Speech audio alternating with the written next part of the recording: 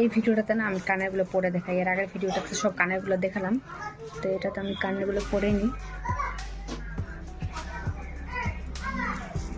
কেমন মানাচ্ছে অবশ্যই।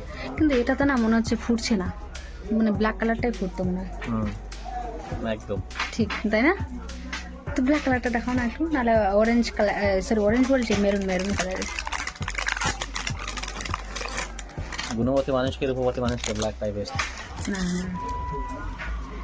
এরকম মনে হবে না।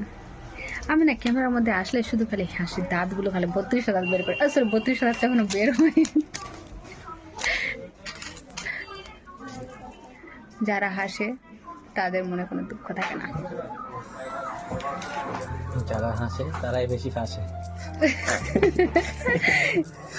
না